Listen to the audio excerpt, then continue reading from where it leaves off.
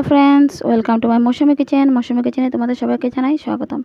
এখানে আমি আলু কেটে নিয়েছি, পনিরের রসা বানাবো। আর কীভাবে রসাটা বানাচ্ছি রেসিপিটা পুরো দেখে নাও, স্কিপ না করে।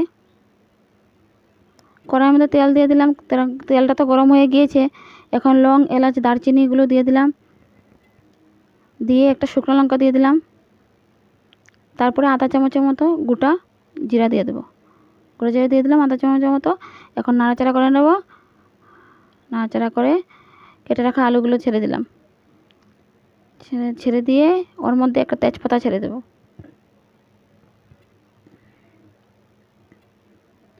একটা তেজপাতা ছেড়ে দিলাম। এখন লাল করে ভালো করে ভেজে নেব, ভালো করে ভেজে নেব। এই যে একটু একটু লাল হয়ে গিয়েছে। তারপরে দিয়ে দেবো পনিরগুলো। ওই যে পনিরগুলো দিয়ে দিলাম। পনিরগুলো দিয়ে ভালো করে ভেজে নেব। এটা ভাজা হতে থাক।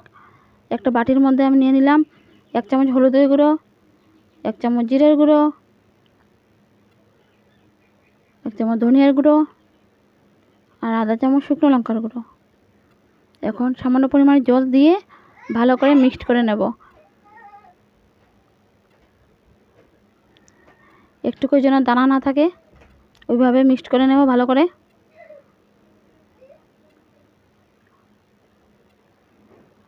যে ভালো করে মিক্স করা হয়ে গিয়েছে। এখন দেখে নিই আলু পনিরগুলো ভাজা হয়ে গিয়েছে। এখন মশলাগুলো ওর উপর দিয়ে ছেড়ে দেব। কি সুন্দর ভাজা হয়ে গিয়েছে। এখন মশলাগুলো ছেড়ে দেব। গুলানো মশলাগুলো ছেড়ে দিলাম, দিয়ে ভালো করে নাড়াচাড়া করে নেব যাতে নিচে লেগে না যায়। ভালো করে নাড়াচাড়া করে নিলাম। এখন 1 গ্লাসের মতন জল দিয়ে দেব। জল দিয়ে দিলাম, দিয়ে আবারও একটু নাড়াচাড়া করে নেব।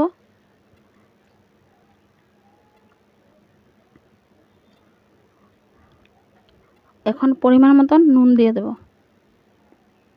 পরিমাণ মতন নুন দিয়ে দিলাম, দিয়ে এখন ফুটাতে থাকবো। যে ফুটে উঠেছে, ফুটানো হয়ে গিয়েছে। এখন আধা চামচ গরম মশলা দিয়ে দেবো ওর মধ্যে। সিদ্ধ হয়ে গিয়েছে, ভাজার মধ্যেই সিদ্ধ হয়ে গিয়েছে আলুগুলো। আর আধা চামচ দিয়ে দিলাম ঘি, দিয়ে ভালো করে ফুটিয়ে তারপরে নামিয়ে নেব। ফুটানো হয়ে গিয়েছে। তাহলে দেখে নাও কিভাবে বানিয়েছি।